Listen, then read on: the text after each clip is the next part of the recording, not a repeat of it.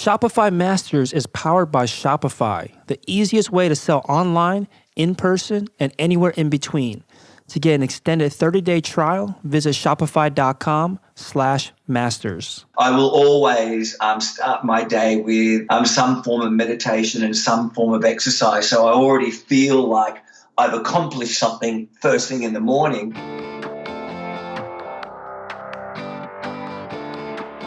Hey, my name is Felix. I'm the host of Shopify Masters. Each week, we learn the keys to success from e-commerce experts and entrepreneurs like you.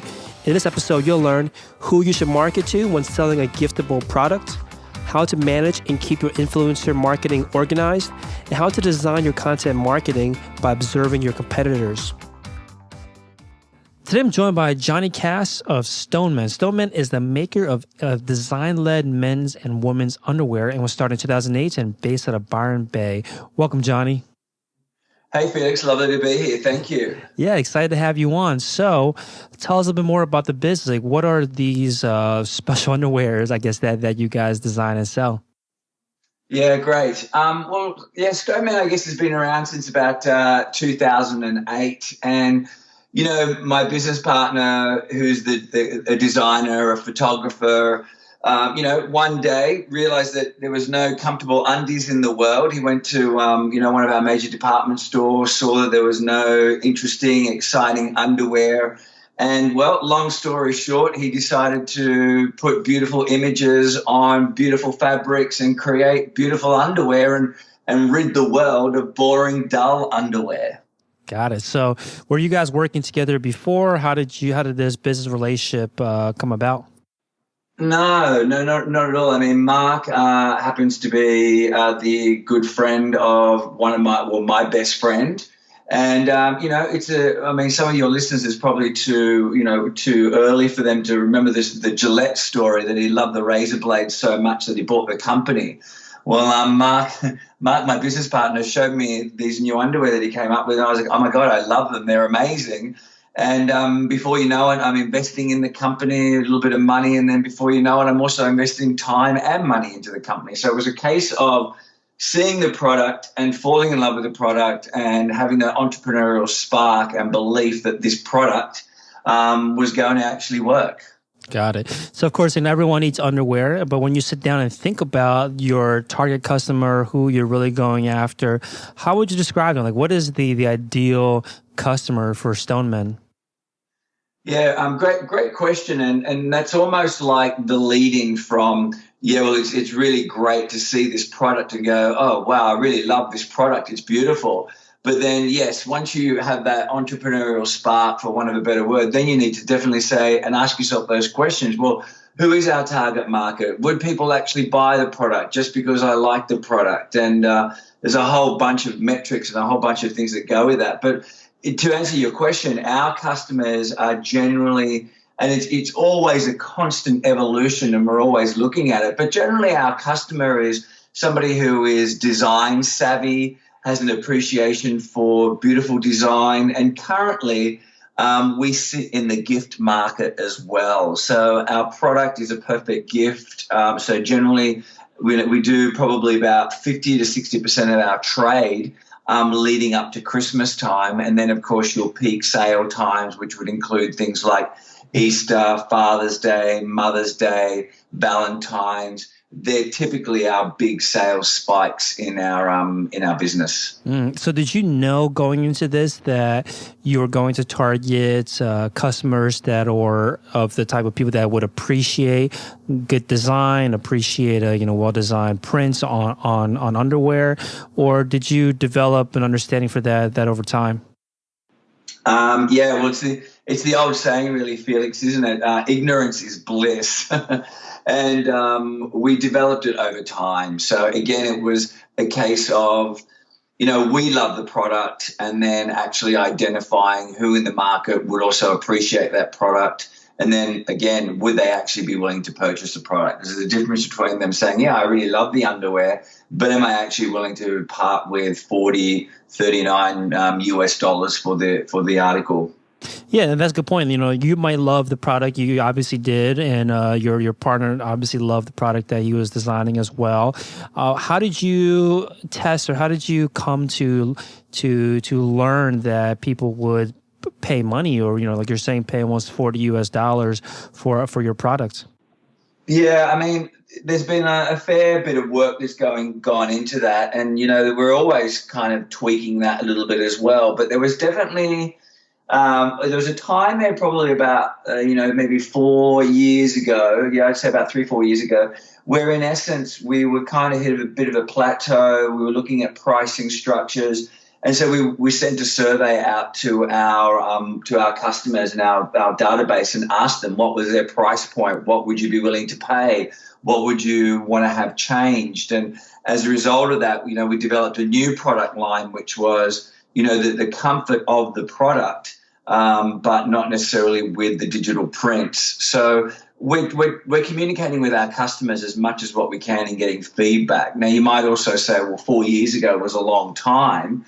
Yeah, it is a long time, but we're always talking to our customers either via email or one-on-one conversations. Also looking in the marketplace, what's the competition doing in the marketplace, and then of course our own production costs to actually produce the goods with our own margins as well. So there's quite a few different variables to be able to get the price point right. Yeah, is that what you recommend other entrepreneurs if they are unsure of the pricing, or if there's a good fit between their product and their target customers, is to just send out, was it like an email or something to your existing customer base, asking them these survey questions? Yeah, totally. We used, I think it was Survey Monkey. And, we were looking to go to that next evolution. Like, we put the product in place. We felt we had a pretty good product. We changed the elastic. We did a few things here and there. And we felt that it was really time to get feedback from our audience. And that was absolutely invaluable, because some of the things that we thought we were doing really brilliantly, we got feedback that we weren't. That might have been customer service, for example, or, our shipping costs might have been deterring people from buying. So it's just really good to communicate with your tribe, with your customer base. Not too much, because then that becomes a bit annoying as well. Mm-hmm. But at the same time, because you just get into your own head about what you think is right, and, you think that you're the customer. Well, that's not necessarily the case at all. Right. Now, because like you're saying, sometimes you spend too much time, quote unquote, in the office and not being out into the real world and interacting and bumping shoulders with your actual customers. And you mentioned as well that you're always constantly getting this kind of feedback. Do you recommend, if you're to, I guess, put up a kind of a best practice on how often should you be sending out these kind of surveys to get a feelers out for your market? Well, I would, I would think it would really depend on the circumstances, but I would, for us, it's maybe once every couple of years. It really also depends on the relationship that you have with your customers as well. So for us at the moment, one of the key things that we're trying to do is figure out different ways always to be talking to our customers so that you're not so annoying they want to, unsubscribe you, or that you just become, just another ping in their inbox. But at the same time, not sending out enough contact that they ignore you as well. So I don't know if there's an exact science on it, but, I would reckon once a year, every 18 months, sort of, check in, see how things are going. Right. Now, like you're alluding to, these customers, you don't want to annoy them. They don't have much time, and you don't want to ask them for too much that they might not answer at all. If you were to sit down and put together an email, put together a survey for your situation, like what are some of the top 3 questions that you would love to know the answer to when you get the opportunity to talk to your customer? Well, obviously you want to know what we're doing right. So what do you love about our product? What do you love about us? Why do you buy our product? What's your main reason for buying? And the third thing would be what could we do better?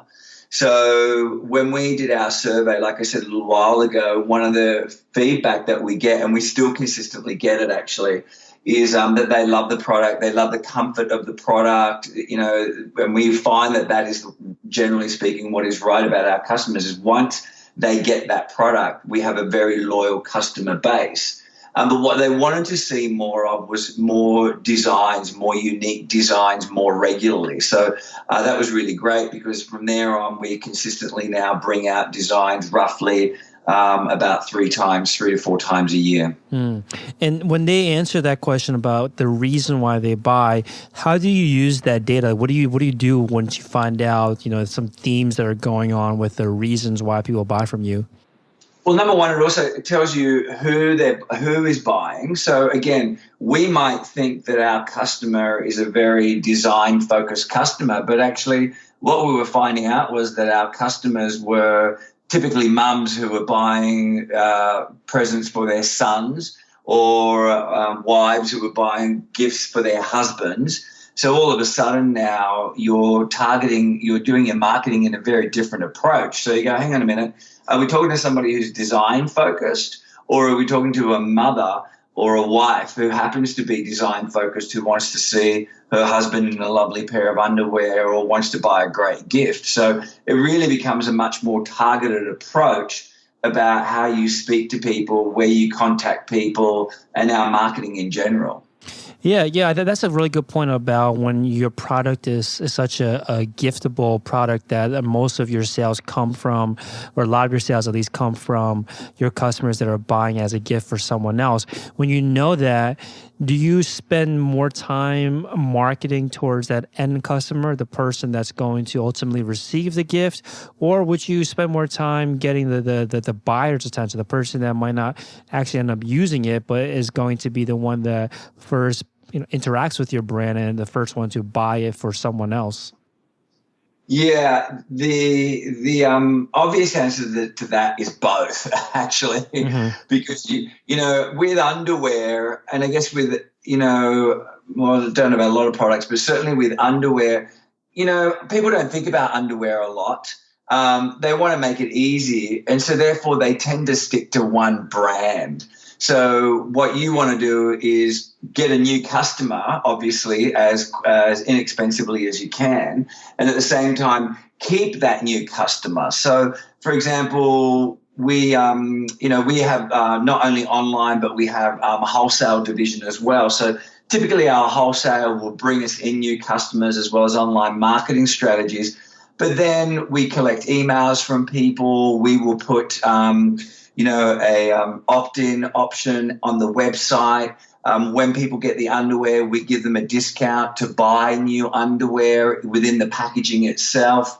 So we try and obviously get that new customer and then keep that end user as well. And typically the product also, fortunately in our case, tends to sell itself. So we also, for example, do, the big design market once a year. So that's our also ability to get out there and meet our customers face to face and get away from just being behind the computer screen.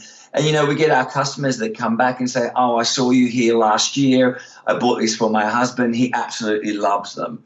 Or, we get the guys coming, oh, my wife bought me these last year. They're the best undies ever. I'll buy them. And so I know that sounds like a little bit of an ad, but that kind of is the truth. We generally know that when we get a customer, we keep our customers. So you mentioned that you have a product and you're thankful for having a product that sells itself. And I've heard other entrepreneurs talk about this too, that they have a product that sells itself. What does that mean in your case? How can a product be one that it sells itself versus one that requires a little bit more effort from the owner? Well, again, it still requires effort. And the effort is getting that new customer. Where it sells itself is, I guess, in the craft and the work that my business partner has actually done over years and years of putting the product together, and trial and error and making mistakes. So I think we've definitely got to the point where we have a really great product. And once we get a customer, they're typically pretty loyal to us. Like they'll be like, yeah, I'm switching over to this brand now. So from that point of view, the product sells itself once it's gotten into someone's hands. The effort comes though because it's freaking underwear and nobody sees it. Mm-hmm. you've got to be really creative about how you try and get that product seen. Because it's not like a T-shirt that you could give to a celebrity, or it's not like a new jacket or a pair of jeans or a pair of trainers that people are looking at. It's underwear, and there are some challenges with that for sure. Yeah, can you talk a little bit about that? Like how you overcome these challenges of selling a product that can't be essentially advertised that well by the end user? Yeah, and that's something that we're constantly working on. So, like if you had a massive budget, you could probably afford to endorse a celebrity, or, a product generally, can kick off when a celebrity happens to be wearing that product. And so with underwear, it's a bit trickier to do that. But we definitely do reach out to influencers via Instagram, for example, and we'll send them products. So you've got to find someone, in our case anyway, that is happy to be photographed in underwear. So it just requires different creativity. So we might even work with modeling agencies and find models who are on the rise, and again also have a good following on their Instagram and their social media. Because at the end of the day, the more eyeballs that we get on the product, the more people that will come to the website and eventually, hopefully, convert. And then when they convert, then hopefully love the product and continue to keep buying the product. So you just got to come up with creative ways to get the product seen. And luckily for us as well, it is a beautiful product, and my business partner happens to be a great photographer. So we're constantly doing our best to push out content. Yeah, I definitely want to talk about content in a bit. But now with the influencers, I've certainly heard of entrepreneurs reaching out to influencers directly through Instagram by themselves. But this may be the first time I heard of someone working with a modeling agency. But it makes a lot of sense, especially in your industry, of course, in fashion. Talk to us about that. How does that work? How does one work with a modeling agency? So you would either look at the modeling agencies, or you would go onto a modeling website. So, for example, Model Mayhem is one that we have here in Australia. And you either get photographers or you get models who are obviously looking to, collaborate and do photo shoots. So I might find a photographer that's got a relatively good following, and it's as simple as almost like an influencer just saying, hey, love your work. So you got to make sure that the style of photography is preferably somewhat in alignment with our brand, and say, hey, would you like some product to shoot for any of your upcoming models? And then again, it's the same with the models. Hey, really love your work. Would you love some product to shoot for one of your upcoming photo shoots? So it's kind of a bit of a win-win all round. Like it's a low-cost marketing exercise for us. The model wins because they don't necessarily have the money to always be buying new outfits for photographic shoots. The photographer wins because he's looking for product to shoot with as well. They post on their social media. We get more eyeballs on ours. We can repurpose the content for them from our social media. So it's kind of a nice collaborative process. Got it. So these are basically models or photographers that are already planning to do a shoot, and now you're asking if you can help contribute, help add value to their shoot by giving them one of your products. So is there some kind of like business arrangement or deal that happens between you and the agency, or is it more of kind of a handshake deal that you're offering, these free such products for them? Yeah, it's usually more a handshake kind of deal. And, there is a process that goes in place. You kind of, obviously get in touch with the person. You want to nurture that relationship as much as what you can with constant communication. If there's any money exchange, which happens occasionally, there's, some sort of almost, a document contractual arrangement about our expectations and their expectations. But generally speaking, the level that we're playing at, and we're consciously choosing to play at that level, is where it's really just a handshake. We're not talking about people here that have got, like, let's say, 1 million followers or 300, 600,000 followers, because usually that model or that photographer is really in it just mostly for themselves. Whereas if you get somebody who's, let's just say, got 50,000 or 60,000 followers, or even less, it's really about the engagement that they have, and they're happy to work to help each other out, if that makes sense. So what kind of engagement statistics do you look at when you are evaluating which influencers to work with? Yeah, I mean, there's a few different variables. I mean, obviously, Instagram is probably one of the main areas that we're focusing on at the minute, just because that's where our focus happens to be at the minute. I mean, there's so many different places you can be playing at. But I'm looking at let's say the number of followers that they have.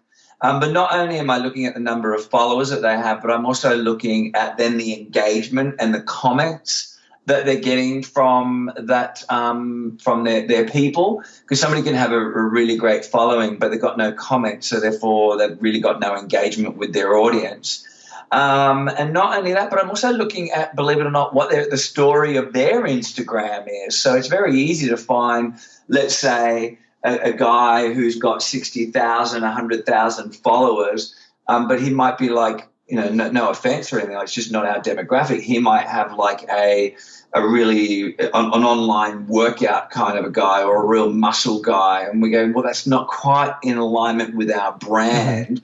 Now, we might do that occasionally just to try something different and just to get, again, the product on a slightly different demographic. But generally, I will look at, are they a bit fashion orientated? What's the style of photography? What's this person's story about? And then make a decision based around that. Got it. So obviously a pretty good amount of work. It's not just kind of spray and pray and work with a bunch of influencers. You spend time digging through their profiles, making sure that they are on brand and they have the demographic that you're going after. How many influencers do you try to work with on an ongoing basis? Again, at the moment, and the reason why I do that is because when I worked with influence probably a couple of years ago, I didn't do it very well. I just randomly sent out product to everyone and anyone who did have some numbers, and then I went, hang on a minute, this is not very strategic at all. But generally, if I'm sending out at the moment, just because we're running a pretty solid Instagram campaign, if I'm sending out, let's say, to 40 influencers, between about 30 to 40 influencers a month, that's pretty substantial. Got it. And how do you manage all of that? I think 30 to 40 is pretty significant, right? You have to keep track of everyone, making sure everyone's essentially delivering on their end of the deal. How do you keep all of this organized? Yeah, it becomes a pretty cumbersome process, and I'm going to do a plug for Shopify here because I'm going to do a plug. Shopify actually makes it relatively very easy to do all of that. So, within the Shopify site, you put the order through, we tag that particular order as an influencer. And, thanks to Shopify automation, I just look at all the influencers that are out there. I've got an Excel sheet with the communication with them. So there is definitely a process that needs to happen. It's not, let me contact this influencer because he's a really nice guy or they're a really nice guy, they're just going to post for us. No, you've got to actually follow through. How is that? How's that? Have you got the product? And keep them emotionally engaged with it. Have you got the product? When are you planning on posting? And then sometimes they post a picture and it's really disappointing. And you've got to give them a little bit of a brief around what you're expecting and what you're not expecting. How does that go over? Because like you're saying, these are typically or sometimes handshake deals, and they aren't maybe contractually obligated to do what you want them to do. How do you work with an influencer in those situations? Well, again, the interesting thing is, again, when I first started doing it, just because I'm a relatively nice guy anyway, I at first was like, oh, they'll just do it out of the niceness of their, because they just, But the reality is it's actually, at the end of the day, a business transaction.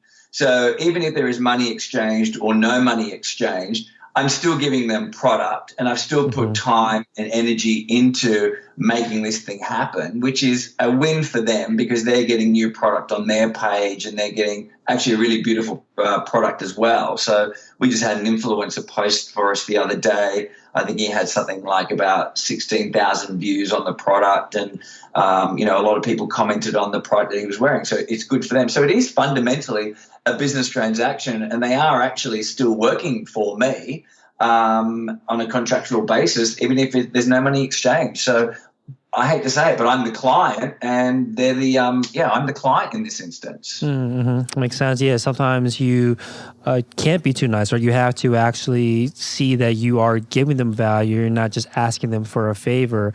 And because it is, if you're delivering value, you should expect value given back to you as well. I think that's certainly a mindset that entrepreneurs should get into. Now, when you run these campaigns, do you have a method of measuring success? Like, how do you know if a particular influencer is essentially successful or worth working with again? Yeah, that's a really great question, and it's almost like a never-ending question, really. But and it really depends on the influencer. So and we've tried different strategies. So some influencers, and by the way, I read an article, I can't remember where it was the other day, but anybody who has more than, I think it's 2,000 followers is considered to have some sort of influence in the social media world. So whether you want to question that or not, that doesn't really matter. But how do we measure them it really depends. Some people don't want their followers to know that they're being given a product. So it's kind of just a hashtag, or they might just mention it. And in those instances, it's a little bit trickier to measure the results. Again, Shopify does a lot of that work for us. So, the influencer will tell me when they're about to post. And, Shopify will tell me how many people have visited our site. So typically within a 24-hour period of somebody posting, I will see whether there has been a spike or not. So that is obviously one measurement. Then the other measurement as well is, it's one thing then to see if there's a spike in the traffic, is then to see if that actually transfers to obviously a sale. So it's one thing to drive traffic to the site, it's then another thing to close the sale. The other way is so you might work with somebody and give them a code, so a specific code that works with that influencer, and then you can also see who purchased from that code. Now, usually for us, I find that doesn't really typically work for us, or I haven't really made that work for us. I find that just giving product and then driving the traffic to the site, giving them their $10 off on their initial opt-in purchase seems to work pretty well for us. Or at the very least, they've opted in and we have potentially acquired a new customer. So there's a few different measurements there. Do you find that it might not work that well when it's almost like a blatant, here's a discount code, go to stoneman.com. Do you find that doesn't work as well because it's too much of an ad and doesn't seem as organic? Like, what's your reasoning behind, or what's your observation of why that might not perform as well as the more kind of subtle approach? Yeah, so and I said that doesn't work for us, and I think one of the main reasons why it doesn't work for us is, number one, what you just said then exactly, Felix. It's a bit forced, it's a bit contrived, and I think that people who are looking on Instagram, if they're going to buy something, you would just do an Instagram ad or something like that. But I also think for us as well, I think the only people that seem to be doing that relatively well, and I'm exploring this possibility, but we're not there at the minute, are those who would give like a really heavy discount. So, use the code and get up to 60% off your first purchase of Stoneman or whatever it might be. But the truth is, we're not really a discount product. We're a premium product. So I don't want to get into the heavy game of discounting at 60% in order to acquire new customers. Number one, we don't have the margins for that. And number two, I don't want to be that type of a business that just relies on discounting all the time. Our product doesn't really, we have key times when we have sale times, but I don't want that to be the thing about us, that we're competing on price. No, what we want people to do is buy into our story, buy into our brand, buy into the comfort of the product, and work at that level there. It's like asking, I don't mean to sound like a wanker or whatever, but it's like asking Louis Vuitton to always be discounting. So we're a premium product. We're not a discount product. Makes sense. Now, you mentioned earlier about how your product is you're sitting in the gifting market. Your product is sold very often during the holiday shopping season. What do you think makes your product essentially a giftable product? Because usually when I see giftable products, they're usually cheaper. They fall into like $10 to $20 range. Your products, of course, premium, like you said, and they look premium and they have command premium prices. What do you think makes it your product something that works well as a gift? Okay, well, yeah, if you think about it, underwear is typically bought, once a year, maybe twice a year, right? Or unless you're a bit of an underwear kind of, that's your thing. Maybe you got a bit of a thing for underwear. And that price point of coming up with a high quality spin on a predictable Christmas product, for example, I think makes it appealing. So, we get a lot of people that see the product and they go, oh my God, well, I was going to buy him underwear anyway. Yeah, they're a little bit more expensive, but they're really unique and they're really different. So they'll grab one pair and then we'll retain that customer for a while. It's also one of the reasons why we brought out our essential range, and because that does sit at a lower price point, still with the same comfort, but not necessarily with the unique print, which ends up costing us more because of the yardage wastage. So I guess for us as a gift, to answer your question, is because it's a tried and true gift. Like women buy underwear for their husbands, women buy underwear for themselves. And it sits at that price point where I think they're willing to take the risk because it is so different. Got it. So you're basically saying that people are already gifting underwear. You've just now come with a better gift for them to give to someone. Yeah. So they used to, like the husbands or whoever at Christmas time or Valentine's or whatever it might be, are used to getting a pair of underwear. But how nice to go, oh my God, I bought you, look at these and how beautifully designed they are. Because I hate to say it, but there is nobody who's doing what we're doing, because we use a complete 360-degree wraparound image on our underwear, which is partly also the reason why it's expensive, because underwear just generally throws a pattern together, whereas we have a complete image, and there's actually nobody that's doing that in the marketplace. Yeah, definitely a premium product just by looking at it. Now, you mentioned, we talked about influencers already as a way for you to get new customers, to reach new customers. You mentioned as well offline about content marketing being a key driver for your business. So what kind of other content do you focus on creating to attract new customers? Yeah, and this is a conversation that we've really this year, we're a little bit slow. I think the great thing about some of your listeners, hopefully, is when you're young and you're fresh, and the great thing about Shopify is there's just so much available to you on the Shopify site. Like we had a site before this one that wasn't Shopify, it wasn't automated, all the different pieces weren't working together, made it a complete nightmare. And so we were at that point in time, an underwear company trying to sell online. Whereas now the headspace is shifted to some degree. Well, this is what we're exploring, is that we happen to be a digital media company, or we happen to be a content company that happens to sell underwear. And I think that's a little bit of a headspace difference. Our focus for so long has been the product, and getting the product right.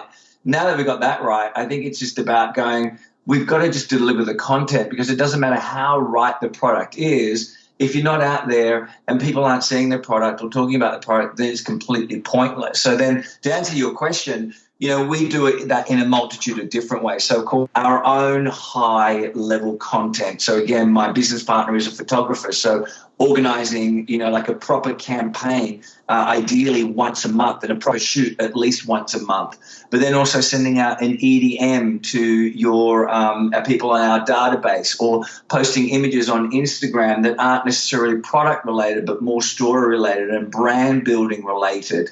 They're just some of the ways that we get people, or just small campaigns or a small EDM that isn't more story related. So that is the constant process of figuring out how to be talking to people, how to creating content that's not just, hey, let me sell you a product. So you said EDM. What is that? So EDM is it's like electronic direct mail. So in other words, talking to your database. So, talking to our database, it could be one electronic email that goes out that's sale related, another one that's about our story, another one that's a focus on our product, another one that can be completely not related to our product at all, but might have something to do with our brand. So it's basically those emails that we all get in our inboxes. Got it. So you're basically shifting the business and moving away from just a company that sells products to now creating more of a story, creating more of a lifestyle first, and then the customers, if they want to participate in this lifestyle, they might happen to want to buy your products, and in this case, your underwear products. So what was that shift like? When did this start happening, and what were the first steps towards going in that direction? Yeah, well, that started happening for us, like I said, this year. And I think the main reason for that was because up until this year, we realized that our growth has been pretty organic, but organic will only get you to a certain place. And the other thing as well is that the e-commerce world has changed quite a fair bit. So I think we've been around for a while now, and that's a testament to the work that's gone in. But it's been freaking scary. Let's not sugarcoat that either. But the online e-commerce world has changed now, and again, partially to Shopify as well, because it's made it so much easier for people to get online. But at the same time, it's a lot noisier. So once upon a time where it could just be organic, you have to be a bit more strategic now. And if you want to see the real growth, and if you really want to challenge yourself within the business, you definitely need to be more strategic within your approach. So that started for us this year, where we said, no, we really want to ramp things up. We have to be more strategic about how we do it. Got it. So you decided to move beyond, take the next step after organic growth, and start building more content to surround your brand. Now, how did you know what kind of content to focus on, especially since you just started this year? I think a lot of listeners out there might want to take the same approach, and they don't know where to begin. How did you begin toward the steps towards creating content to surround your brand? Yeah, and that's an awesome question. And, the current answer at the minute is we haven't perfected it yet, and I'll tell you why in our instance. I've got a business partner who's amazing and who's wonderful and great. He's the creative drive in our business. I tend to be probably more the sales focus and the marketing focus. And so sometimes there's a clash there between me just saying we need to get some content out, just anything that's, still relatively good content and related to the brand, whereas wants to be very precise, wants to have only high quality stuff. So the simple answer to that is we're still perfecting that. We're still working on that. And the other answer to that is I'm also looking at what other companies are doing, and not necessarily direct competitors, but also outside of our direct competition, people who I would consider to have a similar brand value, and looking at what they're doing and what I like about them and what I also don't like about those, and not doing those things as well. So really piggybacking off other people as well. Got it. So you don't necessarily just have to, you're certainly not copying your competitors. You're looking at them to see not just what you like to do, but also what you want to steer away from. I think that's an important point. I think a lot of times when brand owners start looking for inspiration, they just look for what they like, but not what they want to do, essentially the opposite of. Now, you're creating the content, which I think is just part of their work. I think what's equally and maybe even harder is to get people to pay attention to the content that you've created. What's been the most effective channel or platform or method for you to get the eyeballs on the content that you guys are hard at work creating? Yeah, I mean, I would love to say, and I imagine that the listeners are on this call right now, and I know that when I listen to podcasts, I sometimes want to look for that silver bullet, that one thing that's going to it's going to make everything turn and change in my business, when I just get that one breakthrough. And from my experience, it's just unfortunately not always that simple. So the short answer is we use a multifaceted approach. So, Facebook ads, retargeting campaigns, Instagram influencers, the electronic emails that go out, as well as having some wholesale product in stores for people to visually see that also drives traffic to our site. Competition and collaborating with other e-commerce businesses. So you're, again, seeing a different market that might not have seen your product before, but is in alignment with our brand. So it has to be with the resources that you have, because I appreciate that sometimes you might not necessarily have a lot of money, so you just got to come up with it, be creative. It has to be, in my opinion, a multifaceted approach, because there have definitely been times when we've just gone down the path of let's just retarget with the Facebook ads. And yes, that works, but there's also a whole bunch of other things that we could be doing as well to make it all kind of work together. I think it definitely does. I think it's like you're saying, we want this magic bullet, but I think it's also comforting to know that it takes lots of different steps and lots of different iterations so that you're not feeling like you're missing out on something, right? There's nothing special that you're missing out on. It just requires lots of work and lots of trial and error. I mean, it also depends a lot on the business, of course, the product and the industry that you're in. Now, I want to talk about mindset, because you mentioned something very, I think, poignant during, offline, and you said, this is a kind of quote from you, that, technical skills of marketing, social media, and sales are critical and can be learned, but none of that matters without having the right headspace to navigate the ups and downs of business. So talk to us a little bit more about this. Like, what kind of challenges, or what is maybe the most challenging thing that has tested you the most mentally? How did you overcome it? Well, I think, it's an interesting one, because I'm making an assumption here that a lot of people that get into an e-commerce business, especially I'm going to imagine a younger generation, God, I hate to say it now, but I'm in my mid-40s, and a younger generation look at the leverage that you get out of an e-commerce business, and it's tremendous leverage. All of a sudden, geographic borders are no longer an issue for you. And so there's a lot of excitement that goes with where an e-commerce business can take you. And but what people don't necessarily anticipate are the potential day-to-day challenges, and they can be financial challenges. Yes, we might be moving product to 48 countries around the world, but how do we cash flow that to then place our next order? So it's really about navigating the ups and downs that comes with a business. You might invest a few $1,000s into a campaign, and you might be, this is the thing that's going to push us to the next level. And it might be your last few $1,000s that you have, and it just fizzes out.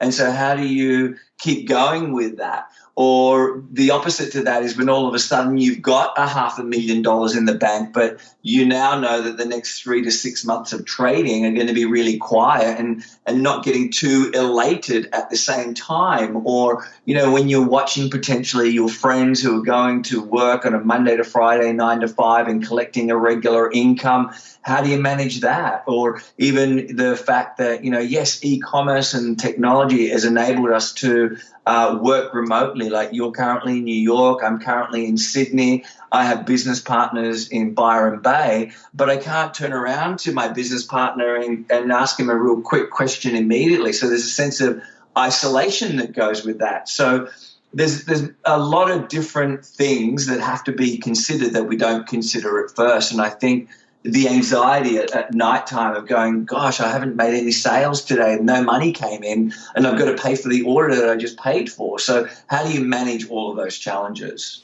Right. The mindset is truly the foundation that everything else can be built off of. And I think one key thing that you mentioned, we hear all the time about how you don't want to let the downturns get away from you, get control of your mind and your emotions. But one thing you mentioned that's also equally as important is that don't let the highs get away from you as well, where you're now being too maybe overly confident in what's going on, and which kind of sets you up, right, for the eventual downfall, like any business goes, but also makes you maybe make the wrong decisions financially if all of a sudden you are over betting, where you might need to be more cautious. So I think that's key, not just about the downs, but also be aware of the highs and not letting those get the better of you. Now, what did you do? I'm assuming that this has been a learning process for you. What do you do on a day-to-day basis, or what do you try to remind yourself of constantly to try to improve your mindset so that you are prepared for this roller coaster ride? Yeah. Well, interestingly enough, my background, I happen to have been a motivational coach, a performance speaker. So I traveled around the world doing it for a long time. But the challenge, the way that I always, for me, overcome the challenges and the ups and downs of running an e-commerce business is the start of my day is the foundation to my day. So I will always start my day with some form of meditation and some form of exercise. So I already feel like I've accomplished something first thing in the morning. And I'll also listen to a podcast first thing in the morning as much as what I possibly can and that's one of the reasons why I wanted to do this podcast for you, because when you wake up in the morning and you've got 20,000 things to do, or you're anxious about the day, or you're unsure about your next step, it can be really reassuring to know that you're not the only person in that situation. So for me, it's the setup in the morning is really important. And then also being, God, I hate to say it, vulnerable enough to lean in and have those conversations with the people who you respect, whether it be a business partner or somebody who knows what they're doing, and saying the words, I don't know, I'm not too sure what to do here. I think part of the thing that slowed me down, being a typical man, was that I had to have all the answers. Rather than going, I don't know, let me ask somebody who can help me, and being okay with saying I don't know and who can help me is really instrumental to what's been happening in our business lately. Got it. So no, I definitely appreciate you sharing the beginning of your days. I think that's important to kick things off the right way. Now, what's the rest of your day like? What do you spend your day-to-day doing in the business? Yeah, so some days go by, and to be really honest with you, I've got no idea what I'm doing in the business. I'm not too sure if you can relate. You get to the end of the day and you kind of go, well, what did I actually do today? And that will really vary. It varies from spending time looking at the reports on Shopify. It will vary from looking at cash flow reports. We have a coaching session once a week with a business coach. That will vary from finding models, influencers, talking content with my business partner. That will vary from production schedules and marketing schedules. They're probably, that will a little bit of chat about growth and expansion. So, we're looking at moving into the US next year and looking at export grants. So it really does vary, but most of it is generally around how do we come up with creative ideas to get more people to see our product and measure that, more importantly. Got it. Now, when you are running the business, you mentioned, of course, that you're on Shopify. What other kind of tools or applications do you rely on to help manage and take control of the day? I guess there's a variety. Whether that be Trello from a project management point of view. There's so much technology around us. Skype, I hate to say, is really quite relevant for us. Xero is quite relevant for us. Dropbox is quite relevant for us. All the typical sort of workings within a small business would be the main things that we use. But, for us, it's actually a lot is automated through Shopify and the apps that we can put in there. Things like Hootsuite for posting our content. They're kind of the main things that are popping to mind right now. Got it. So thank you so much for your time, Johnny. So stonemen.com, STONEMEN.com is the website. What do you see as the next big challenge for you guys? What kind of challenges do you want to tackle on next?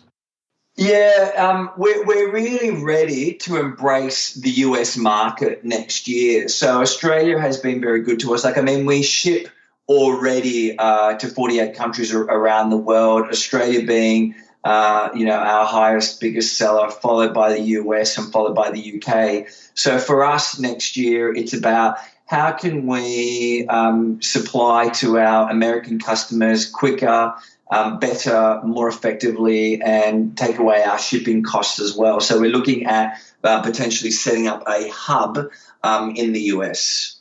Awesome. Sounds like a great new market to get into. Definitely appreciate you coming on again, Johnny, to share all of your experience again. Thank you so much for your time. Thanks, Felix. Really appreciate it. Been great to be on here. And, to anyone that's listening, just keep rocking and rolling, keep moving forward. It's a fun ride. Here's a sneak peek for what's in store in the next Shopify Masters episode. Pretty much just hype up our order deadline for getting it guaranteed, December 25th delivery. And then after that, we tried to hype up our gift cards. Thanks for listening to Shopify Masters, the e-commerce marketing podcast for ambitious entrepreneurs. To start your store today, visit shopify.com/masters to claim your extended 30-day free trial. Also, for this episode's show notes, head over to shopify.com/blog.